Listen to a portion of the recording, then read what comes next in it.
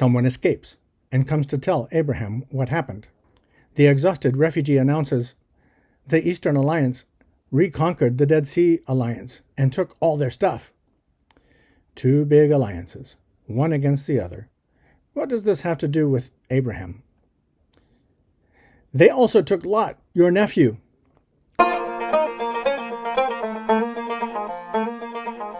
Welcome to Let Nomads Move You, the podcast that takes you on a journey into the lives, cultures, and wisdom of nomadic peoples around the world. I'm Ron, your nomad guy. For over 30 years, I've walked alongside nomads, learning from their deep connections to Scripture, their heritage of mobility, and the lessons they offer for faith, community, and modern life. Trust me, it hasn't always been easy. I've made some painful mistakes along the way, but those experiences have transformed the way I see God, the world, and even my own faith.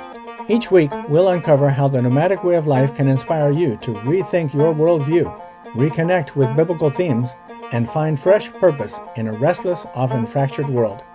So, if you're ready to let nomads move you, challenge your thinking, and ignite your faith, this is the podcast for you.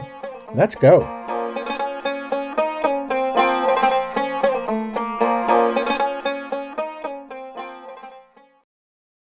What can Abraham's bold rescue mission teach us about networking with outsiders?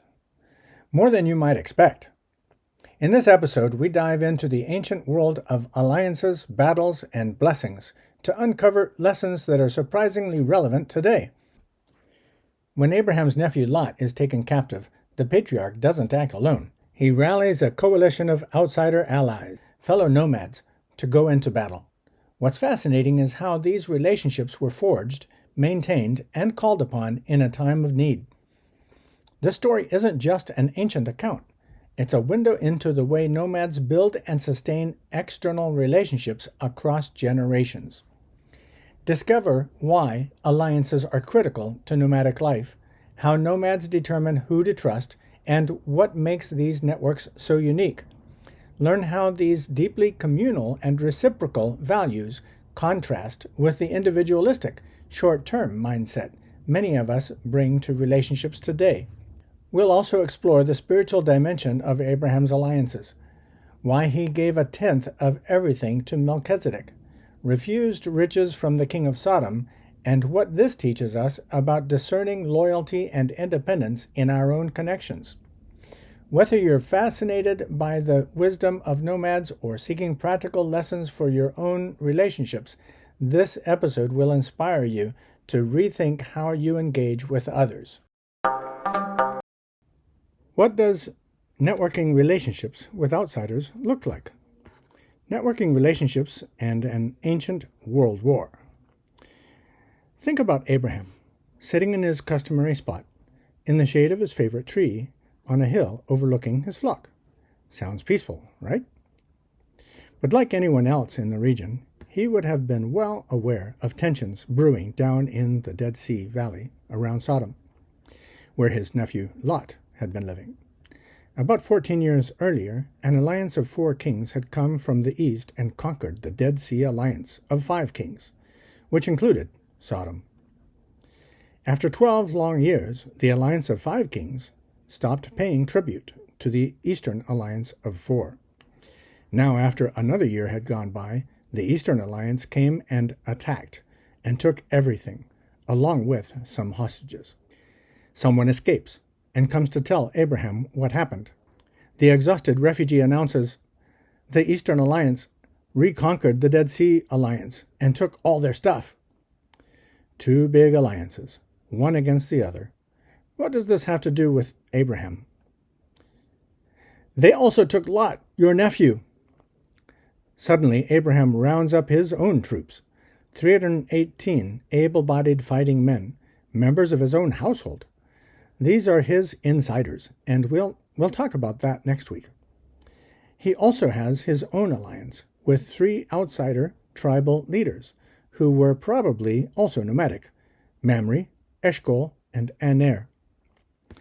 This is not a story about how things used to work in ancient times. Nomads and other collectivist societies still naturally network relationships with those outside their own group, for the protection or benefit of their group. Survival isn't just about internal bonds. It's about a web of relationships with others, developed over generations. These relationships take a long time to forge, and they don't do it unless it's worth taking a long time to do. In our own case, with nobody around to coach us in these things, we did not understand. We can see now how many mistakes we had made along the way. It was nearly 2 decades before we really felt invited by the community to live among them. But we still seemed like short-termers to them. Our children wouldn't be staying on as our second generation. This mindset shapes every interaction. It dictates how you treat outsiders.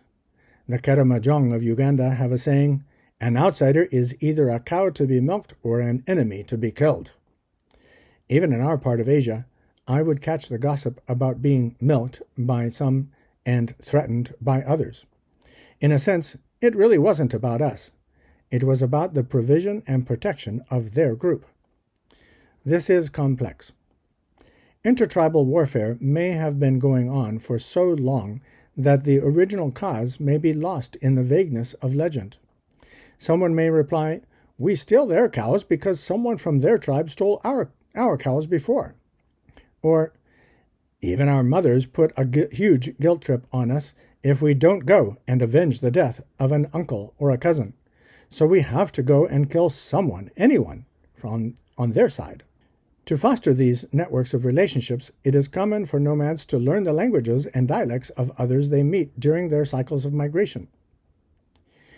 Wherever I have traveled across Asia, Africa, and the Americas, nomads know their own language, a national language, and the languages of others on their route. They do this so well that several from one dominant national language have told me, "Oh, those people don't have a separate language.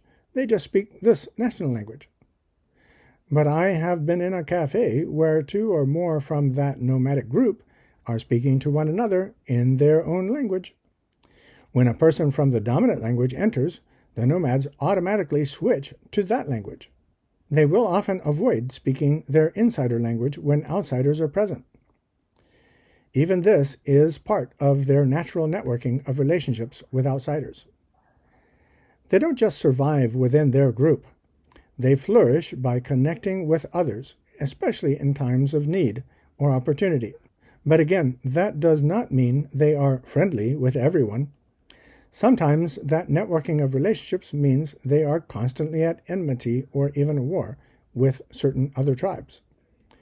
You may recall the Shibboleth episode in Judges chapter 12, where different tribes and clans within what was originally one big insider group dissolved into treating certain groups as outsiders.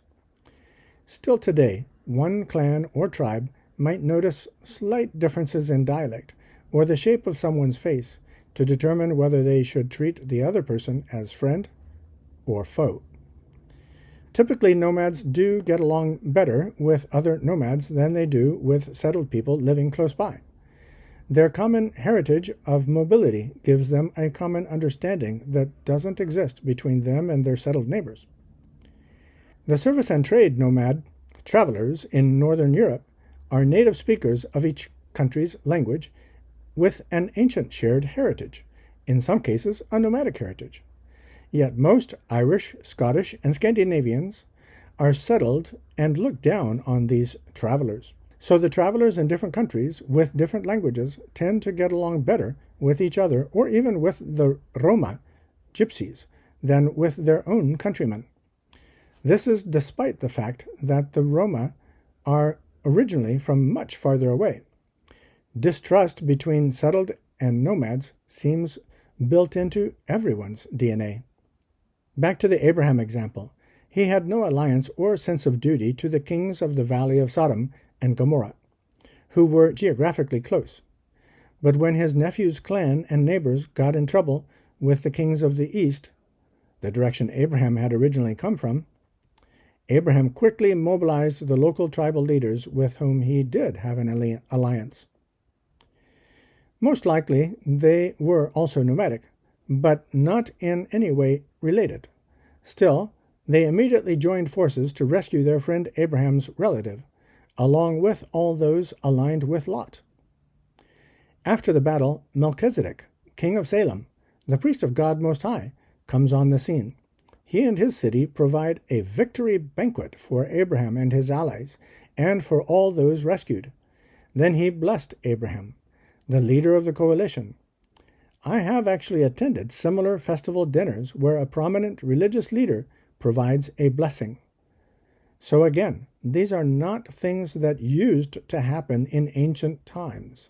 But when the kings who were aligned with Sodom offered gifts to Abraham, he only took what would be regarded as bare necessities, not the surplus of the plunder which would normally go to the victor. What was going on? The kings of Sodom wanted to be seen as having made Abraham rich. This would obligate Abraham to them in the future. But Abraham had just received the blessing of God, which is in effect a promise of benefit and protection. In giving a tenth of everything to Melchizedek, Abraham was establishing an alliance with Melchizedek and God. He had no intention of setting up such an alliance with those of Sodom and Gomorrah. These relationships function as a safety net of mutuality. They involve exchanging resources, sharing information about terrain and safe routes, and providing mutual support in times of crisis. Often these relationships go back many generations. Nomads often know the lineage, strengths, and past interactions of neighboring groups or tribes. When two people meet for the first time, they will want to spend the first 15 to 30 minutes exploring who they are related to. This will tell them whether the other person is someone to trust or someone to avoid. So how should we be changed by nomads? So for us as outsiders coming in, we need to look for gatekeepers in the community.